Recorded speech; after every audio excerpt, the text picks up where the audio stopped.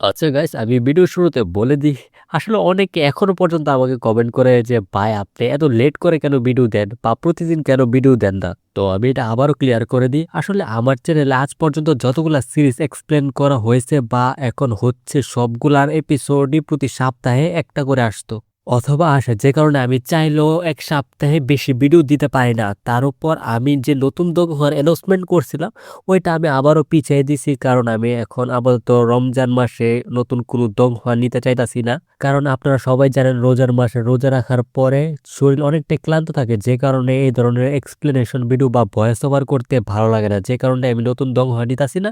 আর হ্যাঁ, আরেকটা কথা ক্লিয়ার করে দিই, এখন আপাতত আমার চ্যানেলে যে দুইটা সিরিজ অনগোয়িং চলতেছে সেই দুইটা সিরিজের প্রত্যেক সপ্তাহে একটা করে এপিসোড আসে, যে কারণে সপ্তাহে সর্বোচ্চ দুইটা ভিডিও আপলোড করতে পারবো। এর থেকে চাইলেও আমি বেশি আপলোড করতে পারবো না। আর যদি এর থেকে বেশি চান তাহলে অবভিয়াসলি রোজার মাসটা শেষ হওয়ার জন্য আপনাদের অপেক্ষা করতে হবে। তো আর বেশি কথা পারবো না, চলুন শুরু করা যাক আজকের ভিডিও। যেরকমটা আমরা আগের এপিসোডে দেখেছিলাম, মুচের হার্ট অফ আই লেভেলে অবেকন করার জন্য একটা অনেক বড় কেভ অথবা ম্যানশনের ভিতরে ঢোকে। তো আজকের এপিসোডটা ঠিক এখান থেকে শুরু হয়। আজকের এপিসোডের শুরুতে আমরা মুচেনকে দেখতে পাই যে এই কেভের ভিতরে বা ম্যানশনের ভিতরে ঘোরাঘুরি করতেছিল। তখনই মুচেন একটা ব্লু কালারের বাটারফ্লাই দেখতে পায়, যেটা আসলে অনেক বেশি বিউটিফুল ছিল। এটা দেখে মুচেন নিজেও শখ ছিল আর বলতে থাকে যে এত সুন্দর বাটারফ্লাই এরকম একটা জায়গায় কিভাবে সম্ভব। তখনই মুচেন দেখতে পায় যে তার আশেপাশে অনেকগুলা গোল্ডেন কালারের লাইট জ্বলতে শুরু করে দিয়েছে আর আশেপাশে অনেকগুলো ফরমেশনও অ্যাক্টিভেট হতে শুরু করে দিয়েছে, যেগুলো আস্তে আস্তে ভিজিবল হচ্ছে।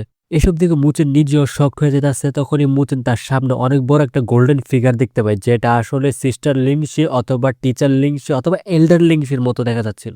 আর এটার সাইজ আসলে অনেক বেশি বড় ছিল। তখনই আরো একটা ব্লু কালারের পোর্টাল এপিয়ার হয় আর ওইটার ভিতরে আরো একটা এল্ডার লিংশির স্ট্যাচু বা ফিগার বাইরে বেরিয়ে আসছে। এর সাথে সেখানে আরো একটা লাল কালারের ফিগার এপিয়ার হয় আর তারা দুজনে একসাথে এপিয়ার হওয়ার পরে মুচেনের উপর অ্যাটাক করা শুরু করে দেয়। এসব দেখে মুচেন ওই অ্যাটাক গুলার থেকে বাঁচার চেষ্টা করতে থাকে। তখনই ওই দুইটা স্ট্যাচু মিলে মুচেনের উপর অনেক বড় একটা ফায়ার অ্যাটাক করে দেয়, যে কারণে মুচেনও ওই দুইটা ফায়ার অ্যাটাকের মাঝখানে দিয়ে বাঁচার চেষ্টা করে। আর মুচেন এতক্ষণে তাদের যে কোর ছিল ওইটাও খুঁজে বের করে ফেলেছিল, তার কাছে এটা মনে হচ্ছিল। আর সে তাদেরকে ডজ করে গিয়ে টিচার লিংচির সবচেয়ে বড় স্ট্যাচুটাকে ভেঙে ফেলে। এটা দেখে মুচেন ভাবে হয়তোবা সে কোরটাকে ধ্বংস করে ফেলেছে, কিন্তু তখনই ওই স্ট্যাচুটা আবারও রিক্রিয়েট হয়ে যায়। এটা দেখে তো মুচেন আরো বেশি শক্ট হয়ে যায় আর সে ভাবতে থাকে এটা কি করছিল না। তখনই সেখানে আরো দুইটা ফরমেশন তৈরি হয়ে যায় আর দুইটা ফরমেশন দেখে আরো দুইটা টিচার লিংশির ফিগার বাইরে বের হয়ে আসে। এটা দেখে তো মুচেন অনেক বেশি শক্ট হয়ে যায় আর সে ভাবতে থাকে এটার ভিতরে থেকে তো আরো দুইটা ফরমেশন বাইরে বের হয়ে আসলো। আর আসার সাথে সাথে এখন চারটা মিলে একসাথে মুচের উপর অ্যাটাক করতেছিল। আর মুচেনও তার এতদিনের প্র্যাকটিস সবগুলা দিয়ে চেষ্টা করতেছিল দেখার আসলে যে এখানে কোডটা কোথায়, কিন্তু সে কখনোই খুঁজে পাইতাছিল না ওই কোডটা আসলে কোথায়। যে কারণে মুচেনের মাথা এখন হালকা পাতলা খারাপ হতে শুরু করে দেয় আর ভাবতে শুরু করে দেয় আমি যদি এখানে আমার সকল এনার্জি ড্রেন করে ফেলি, কিন্তু তারপরও আমি ওই কোডটা কখনোই এত কম সময়ের মধ্যে খুঁজে পাবো না। তখনই ওই সবগুলা ফিগার একসাথে মুচেনের উপর অ্যাটাক করতে শুরু করে দেয়, যে কারণে মুচেন তার থান্ডার এনার্জিকে অ্যাক্টিভেট করে ফেলে। তখনই মুচেন বলে আমি যদি এখানে এটা না পাই তাহলে আমি আমার হার্ট অফ আই লেভেলটাকে কখনো অবেকন করতে পারবো না, কিন্তু তারপর আমি হার মানবো না, আমিও আমার সবকিছু এখানে লাগিয়ে দেবো। তখনই মুচেন তার স্ক্রল অ্যাক্টিভেট করে ফেলে, যে কারণে ওই স্ক্রলের ভিতরে সর্বপ্রথমে বারবেরিয়ান বার্ড, তারপর ব্ল্যাক টর্টয়েস এবং হোয়াইট টাইগার বিস্ট, তারা তিনজন বিস্টই একসাথে বাইরে বেরিয়ে আসে। তারপর ওই তিনটা বিস্ট মিলে একটা ফরমেশন তৈরি করে ফেলে আর ওই ফরমেশনটা অনেকটা বেশি পাওয়ারফুল ছিল। তখনই ওই চারটা ফিগারের মধ্যে একটা ফিগার মুচেনের দিকে অ্যাটাক করার জন্য চলে আসে। তখনই মুচেন ওই ফরমেশনের সাহায্যে ওই ফিগারটার উপর অ্যাটাক করে দেয়, যদি ওই ফিগারগুলো ফরমেশনের ফর্মই ছিল, যে কারণে ওই ফরমেশনটা ব্রেক হয়ে যায়। এমনকি ওই ফরমেশনের পিছনে যতগুলো ফরমেশন ছিল সবগুলোই ব্রেক হয়ে যায়। এই কারণে চারদিকে অনেক বড় একটা ধামাকা হয় আর এটার ইম্প্যাক্ট বাইরে পর্যন্ত বোঝা যায়। আর এটা শোনার সাথে সাথে সুনার ভাবে হয়তোবা মুচেন জিতে গিয়েছে, যার কারণে সুনার অনেক বেশি খুশি হয়ে যায়। তখনই টিচার লিংশি বলে এটা একদমই ভুল, কারণ এই ফরমেশনকে যদি ফোর্সফুলি ব্রেক করার চেষ্টা করে তাহলে এই ফরমেশন বারবার ব্রেক তো হবে, কিন্তু তারপরও সে আবারও পুনরায় রিক্রিয়েট হবে আর আগের চেয়ে অনেক বেশি পাওয়ারফুল হবে। আর ভিতরেও ঠিক আমরা এরকমটাই দেখতে পাই। মুচের অবস্থা তো অলরেডি খারাপ হয়ে গেছিল, কিন্তু তারপরও সেখানে আমরা দেখতে পাই অলরেডি অনেক বড় বড় আগের চেয়ে অনেক বড় বড় ফরমেশন ক্রিয়েট হয়ে গেছে, তাও আবার সংখ্যা আগের চেয়ে অনেক বেশি। তখনই মুচেন বলতে থাকে আচ্ছা টিচার লিংশি, আপনি বলেছিলেন আমি যদি heart of I level awaken করতে চাই তাহলে আমাকে লাইফ অ্যান্ড ডেথ সিচুয়েশনের মধ্যে পড়তে হবে।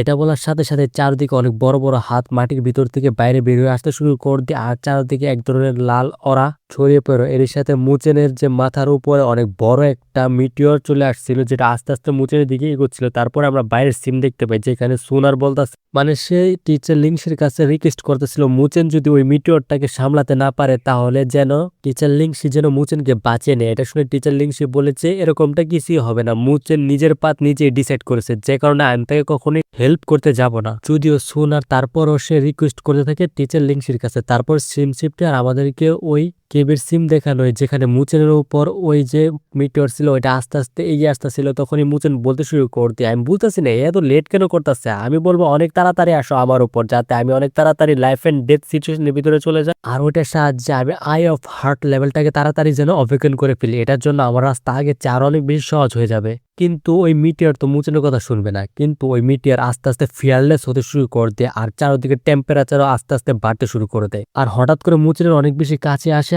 আর অনেক বেশি টেম্পারেচার বেড়ে যায়, যে কারণে মুচেনের কাপড় পর্যন্ত জ্বলে যায়। আর হ্যাঁ, প্যান্টের বিষয় আলাদা, কারণ ওইটা অনেক বেশি স্ট্রং ম্যাটেরিয়াল দিয়ে তৈরি হইতো, যে কারণে হালকের পর্যন্ত প্যান্ট ছিঁড়ে না, এটা মুচেনি। অন্যদিকে মুচেনের উপর যে শিল্ড ছিল ওইটা পর্যন্ত ব্রেক হয়ে গিয়েছিল এত বেশি টেম্পারেচারের কারণে, এমনকি মুচেনের যে স্কিন আছে ওইটাও এখন জ্বলতে শুরু করে দিয়েছে। অন্যদিকে মুচেন এসব থেকে ভাবতে শুরু করে দিয়ে আমি এটাই আশা করেছিলাম একটা স্ট্রংগেস্ট ফরমেশনের কাছ থেকে। আমার এরকমটা মনে হচ্ছে আমার স্কিন অনেক খারাপভাবে ফ্রাই হইতাছে, এটা এক ধরনের ফ্লেমের মতো যেটা লিভিং ক্রিয়েচারকে জ্বালিয়ে দিয়ে। অন্যদিকে মুচেনের যে বডি আছে ওইটা একদম ফ্রাই হতে শুরু করে দিয়েছিল। তারপরে সিমা আমাদেরকে আবারও সুনারকে দেখানো যে সিস্টার লিংসির কাছে এখনো পর্যন্ত রিকোয়েস্ট করতেছিল, মানে এটা দেখে তারও বেশি রিকোয়েস্ট করতেছিল যেন মুচেনকে বাঁচায় নেয়।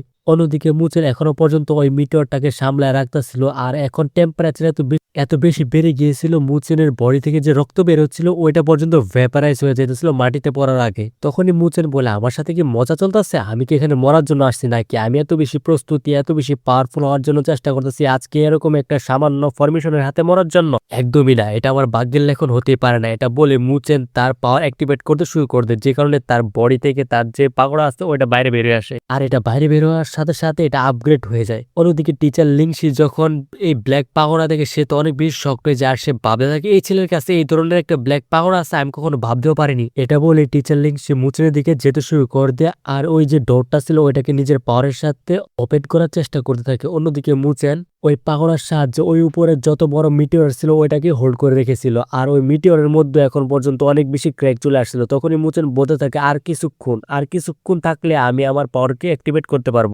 তারপর মুচেন আরো বেশি পুশ করতে থাকে, যে কারণে ওই মিটিওরটাও ব্রেক হয়ে যায়, আর মুচেনের যে পাওয়ার আছে new power heart of I ওইটাও অবেকন হয়ে যায়। তখনই আমাদেরকে মুচেনের কনসিয়াসনেসের সিম দেখানো হয়, যেখানে মুচেনের চোখ আপাতত বন্ধ ছিল। তখনই তার চোখের মধ্যে একটা বাটারফ্লাই গিয়ে বসে, আর তার চোখের মধ্যে আমরা তখনই হার্ট অফ আইকে অবেকন হতে দেখতে পাই। এটা মূলত এক্সুলেফ নির্ওয়ানার পাওয়ার ছিল, আর এই পাওয়ারটা মূলত কোনো ধরনের কোনো ইলিউশন ছাড়া সত্যটাকে দেখায়। আর এই পাওয়ারটা যখন অবেকন হয় তখন মুচেন এখান থেকে বাঁচার সিঙ্গেল যে চান্স আছে ওইটাকেও দেখতে পারতেছিল। এটা মূলত গোকুর আলট্রা ইনস্ট্যান্টের মতোই বলতে পারো, যেখানে গোকুর বডি নিজে থেকে মুভ করে, কিন্তু এখানে তার বডি নিজে থেকে তো মুভ করবে না, কিন্তু সে তার চোখের সাহায্যে ওই সিঙ্গেল চান্সটাকে দেখতে পারবে। আর এখানেও ঠিক এরকমটাই, মুচেন তার নতুন পাওয়ারের সাহায্যে এই যে ফরমেশন আছে ওইটার কোডটাকে খুঁজে বের করে আর ওইটাকে ডিস্ট্রয় করে দেয়, যে কারণে উপরের যে মিটিওরটা এখনো পর্যন্ত পেন্ডিং ছিল ওইটা অনেকগুলো বাটারফ্লাই কনভার্ট হয়ে ভ্যানিশ হয়ে যায়, যে কারণে ওই যে বড় দরজাটা ছিল ওইটা ওপেন হয়ে যায়, আর ওইটার ভিতর থেকে মুচেন আস্তে আস্তে বাইরে বের হয়ে আসে। তখনই সুন আর মুচেনকে ধরতে যাবে, ঠিক সেই টাইমে সিস্টার লিংসি গিয়ে মুচেনকে আগে ধরে ফেলে, আর মুচেনকে বলতে শুরু করে তুমি এরকমটা কেন করেছো। এটা শুনে মুচেন বলে, সিনিয়র আপনার চিন্তা করার কোনো দরকার নেই, আমি একদমই ঠিক আছি। কিন্তু তারপরও টিচার লিংসি বলে যে তারপরও তোমার নিজের জীবনের বাজি ধরা উচিত হয়নি। তখনই সুনার বলতে শুরু করে দেয়, আমি কখনো ভাবিনি সিস্টার লিংসি আপনি মুচেন ব্রাদারকে নিয়ে এত বেশি চিন্তা করেন। কিন্তু সিস্টার লিংসি এর কোনো উত্তরই দেয় না, আর মুচেনকে ধরে এখান থেকে নিয়ে যেতে শুরু করে দেয়। তখনই তাদের পিছন পিছন যখন সুনার আসার চেষ্টা করে তখনই সিস্টার লিংসি তাকে না করে দেয়। এটা থেকে সুনারের কাছে অনেক বেশি অদ্ভুত মনে হচ্ছিল। তখনই মুচেন বলে, সুনার তুমি কিছু একটা করো, ওই আমার ধরে কই নিয়ে যেতেছে। তারপর সিম শিপটা আমাদেরকে কিছুক্ষণ পরে সিম দেখানো হয়, যেখানে মুচেন আর সিস্টার লিংসি একসাথে বসে কথা বলতেছিল, যেখানে সিস্টার লিংসি মুচেনকে একটা কিছু দেখাওয়ার জন্য, মানে এটা পান করার মতো কিছু একটা ছিল, যেখানে সে বলতেছিল এটা পান করার সাথে সাথে মুচেনের যে ভাইটালিটি আছে বা এনার্জি ড্রেন হয়ে গেছে ওই অ্যাটাকের কারণে ওইটা রিকভার হয়ে যাবে। এটা পেয়ে মুচেনও তাকে ধন্যবাদ জানায়, কিন্তু সিস্টার লিংসির যে চেহারা ছিল ওইটা দেখে মনে হচ্ছিল সে মুচেনকে কিছু বলতে চায়, কিন্তু সে অনেকক্ষণ যাবৎ মুচেনকে কিছু বলতেছে না, যে কারণে মুচেনি তাকে জিজ্ঞেস করে আসলে আপনি কি আমাকে কিছু বলতে চান। এটা শুনে সে বলতে শুরু করে, আচ্ছা তুমি বলো তোমার কাছে যে ওই ব্ল্যাক পাগোড়া আছে ওইটা মূলত তোমার কাছে কিভাবে আসছে।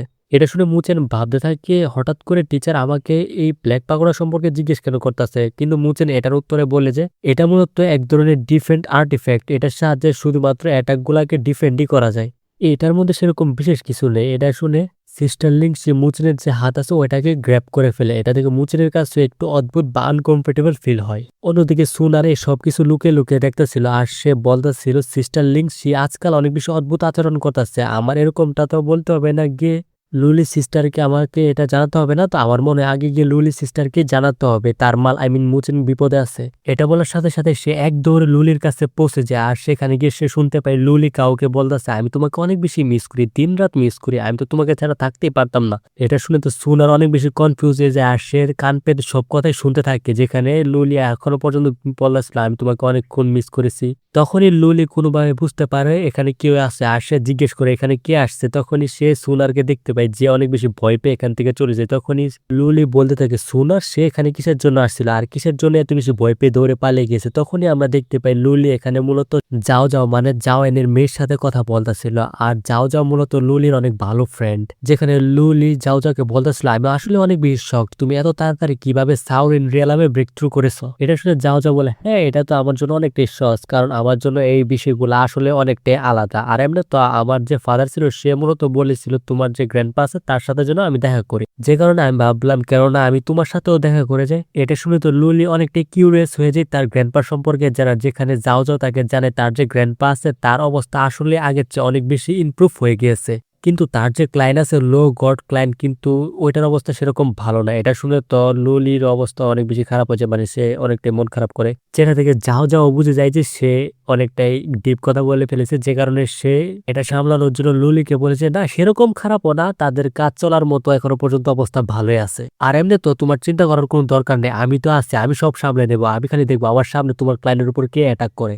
এটা শুনে লুলি বলে তোমাকে ধন্যবাদ আমার জন্য এসব কিছু করার জন্য, আসলে তোমার মতো বেস্ট ফ্রেন্ড পাওয়া ভাগ্যের ব্যাপার। এটা শুনে যাও যাও বলে তোমার চিন্তা করার কোনো দরকার নেই, আমরা যদিও বেস্ট ফ্রেন্ড যে কারণে আমাদের মধ্যে এরকম হতেই পারে স্বাভাবিক। তখনই যাও যাও বলতে শুরু করে দিয়ে যে আমি যখন ওইখান থেকে আসতেছিলাম তখন আমার মাথায় আমাকে একটা স্টোন জেট দিয়েছিল, যেটার সাহায্যে আমি অনেক দ্রুত ট্রাভেল করতে পারতাম, কিন্তু সে মূলত এটা আমাকে দিয়েছিল যাতে ইমার্জেন্সিতে আমি তাদেরকে ডাকতে পারি, কিন্তু আমার যে কাল্টিভেশন লেভেল আছে ওইটার জন্য আমার তাদের কোনো প্রয়োজনই নেই, যে কারণে আমি ভাবলাম ওইটা কেননা তোমার কাছে আসার জন্য ইউজ করে ফেলি আমি। কিন্তু হ্যাঁ আমি এখানে আসার আগে বিপদে পড়ে গেছিলাম, কিন্তু হ্যাঁ আমি এটাও জানি আমার ফাদারকে কিভাবে সামলাতে হবে, যদিও সে এখনো আমার পিছনে পড়ে আছে। এটা শুনে লুলি বলে যে তোমার এরকম করার দরকার নেই, তুমি ফ্লেম এম্পায়ার লো ফলের সুযোগ নিয়ে তুমি সবসময় এখান থেকে পালিয়ে যাও, আসলে ফ্লেম এম্পায়ার তোমার অনেক বেশি চিন্তা করে, যে কারণে তার চিন্তার আরো বেশি বাড়িয়ে দিও না, তুমি আমার সাথে এত ঘন ঘন দেখা না করে তুমি আমার সাথে চিঠিতেও কথা বলতে পারো। তখনই যাও যাও বলে যে ওইখান থেকে পালিয়ে এসে আমার লাভ কি হলো, তুমিও এখানে আমাকে লেকচার দিতেছো, লেকচার দেওয়া বন্ধ করো। তারপর শিপটা আর আমাদেরকে সিস্টার লিংসি আর মুচেনকে দেখানো হয়, যেখানে সিস্টার লিংসি মুচেনকে নিয়ে অন্য আরেকটা জায়গায় নিয়ে আসছিল, যেখানে মুচেন একটা পেন্টিং দেখতে পায় আর ওই পেন্টিংটা দেখার সাথে সাথে সে বলে যে এটা তো আমার মাদার। এটা শুনে তো সিস্টার লিংসি নিজে অনেক বেশি শক্ট হয়ে যায় আর সে বলে এটা কি আসলে তোমার মাদার। এটা শুনে মুচেন বলে হ্যাঁ আমি এটা ডিনাই করতে পারি না যে আমি আমার মাদারকে কখনোই দেখিনি, কিন্তু এই পিকচারটা দেখার সাথে সাথে আমার অনেক বেশি স্ট্রং ফিলিং আসছে যে সে আমার মাদারই হবে। তখনই মুচেন সিস্টার লিংসির হাত ধরে আর বলে আপনি কি জানেন আমার মাদার কোথায় আছে, আপনি কি জানেন তাকে আমি কিভাবে বাঁচাতে পারবো। এটা শুনে সিস্টার লিংসি বলতে শুরু করতে আসলে আমার যে মেমোরি আছে ওইটা অনেক বেশি স্ট্রং না, যে কারণে আজকে থেকে 5 বছর আগের কথাই আমার কিছুটা মনে আছে, এছাড়া আমার আর কোনো কিছুই মনে নেই। কিন্তু হ্যাঁ আমি যখন এই পিকচারটা দেখি আমারও অনেক বেশি স্ট্রং ফিলিং হয়, আমারও মনে হয় সে হয়তো আমার কোনো কাছের কেউ হতে পারে। এটা শুনে মুচেন বলে আমার মনে হচ্ছে আপনি আমার মাদারের চেনা জানা অথবা কাছের কেউ হতে পারেন। এটা শুনে সিস্টার লিংসি বলে হ্যাঁ এরকমটা হতে পারে, কিন্তু এখনকার জন্য আমি শুধু এতটুকু জানি এই যে পিকচারটা আছে এটা আমার জন্য অনেক বেশি ইম্পর্টেন্ট। এটা শুনে তখনই মুচেন বলতে শুরু করে দিয়ে আমার কাছে যে ব্ল্যাক পাগোড়া আছে এটা বলতো আমার মাদারের কাছ থেকে আমি পেয়েছি, এটাকে ব্ল্যাক পাগোড়া আর্ট বলে। এটা শুনে সিস্টার লিংসি মুচেনের যে হাত আছে ওইটাকে ধরে আর বলে স্পিরিচুয়াল এনার্জি রিলিজ করার জন্য, এর সাথে মুচেনকে রেজিস্ট না করার জন্য বলে, শুধুমাত্র সে তার স্পিরিচুয়াল এনার্জি দিয়ে মুচেনের যে স্পিরিচুয়াল এনার্জি আছে ওইটার সাথে মার্চ করতে চায়, তাহলে সে ফিল করতে পারে মুচেনের এনার্জি। এর সাথে সে এটাও বলে আমার এরকমটা মনে হচ্ছে আমি আগেও এই ব্ল্যাক পাগোড়াকে কাল্টিভেট করেছি, যে কারণে আমার এরকমটা মনে হচ্ছে। তখনই মুচেন বলে আপনার যে স্পিরিচুয়াল এনার্জি আছে ওইটা এটা আমার কাছে অনেক বেশি ফ্যামিলিয়ার মনে হচ্ছে। তখনই সিস্টার লিংসি মুচুনের হাত থেকে নিজের হাত সরে নেয় আর মুচুনকে বলতে শুরু করে দেয়, এই যে ব্ল্যাক পাওয়ার আছে এটা সম্পর্কে তোমাকে অনেক কম লোককে জানাতে হবে, এটা কাউকে জানানোই যাবে না যে এটা তোমার কাছে আছে। এর সাথে এটা তুমি যেখানে সেখানে বেরও করেও না, কারণ আমি একদম স্ট্রং ফিলিং পাইতাছি যে এটা কোনো না কোনো ভয়ঙ্কর অতীত থেকে বিলং করে, যেটা ওই অতীতের সাথে সম্পর্কিত, যে কারণে তুমি যদি এটা যেখানে সেখানে সবাইকে দেখিয়ে বেড়া তাহলে তোমারও সমস্যা হতে পারে। এটা শুনে মুচুন বলে, আচ্ছা টিচার তাহলে এখন আমার কি করা উচিত? এটা শুনে সিস্টার লিংসি বলে, আজকে থেকে তুমি আমাকে সিস্টার লিংসি বলে ডাকবে, টিচার বলার দরকার নেই। এটা শুনে যদিও মুচুন কিছুটা শখ নেই, তারপর সিম শিফটার আমাদেরকে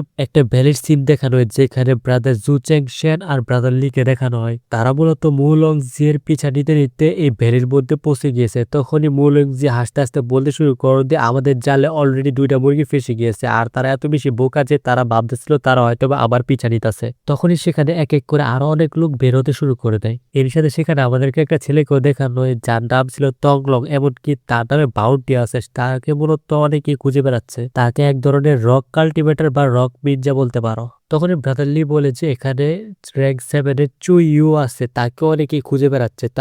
তারপর তাদের সবার মধ্যে মারামারি কাটাকাটি শুরু হয়েছে, যেখানে ব্রাদারলি বলতেছিল আমরা কখনো ভাবিও নেই যে তারা আমাদের জন্য এখানে ট্র্যাপ বিছিয়ে রাখবে আগে থেকেই। যে কারণে তারা দুজন ডিসাইড করে তারা যখনই সুযোগ পাবে তারা দুজনে একসাথে মুলং জির উপর অ্যাটাক করে তাকে মেরে ফেলবে।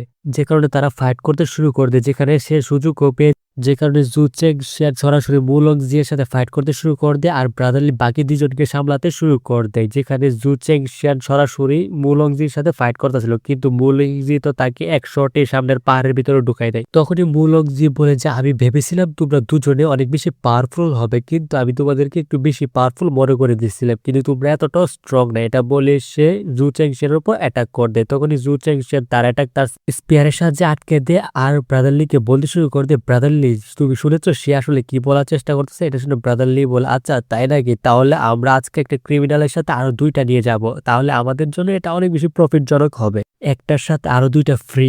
এটা বলার সাথে সাথে তাদের 5 জনের মধ্যে আবারও মারামারি কাটাকাটি শুরু হয়ে যায়, যেখানে ওই 3 জন আবারও তাদের দুজনের উপর হেভি হতে শুরু করে দেয়। যে কারণে তারা দুজন আবারও একসাথে ফাইট করতে শুরু করে দেয় ওই 2টার সাথে, যে 2টা আসলে কম পাওয়ারফুল ছিল, কিন্তু এটা মুলং জি বুঝে যায়। যে কারণে সে ফাইটের মাঝখানে তার নিজস্ব পয়জন ইউজ করে ফেলে, যে কারণে তারা দুজনে পয়জনে ইফেক্টেড হয়ে যায়। যে কারণে তারা দুজন ভাবতে থাকে এবার তাদেরকে এখান থেকে পালাতে হবে, না হলে তারা দুজনে এখানে মারা যাবে। আর সে অনুযায়ী তারা প্ল্যানও বানাতে থাকে। তখনই চুইউর পিছনে একটা মাইয়া আসে আসার সাথে সাথে চুইউকে কান পড়া দিতে শুরু করতে, তারা আগে তোমাকে অনেক বেশি বিরক্ত করেছে, যে কারণে তুমি কি তাদেরকে এভাবে বেঁচে ফিরে যেতে দিবে?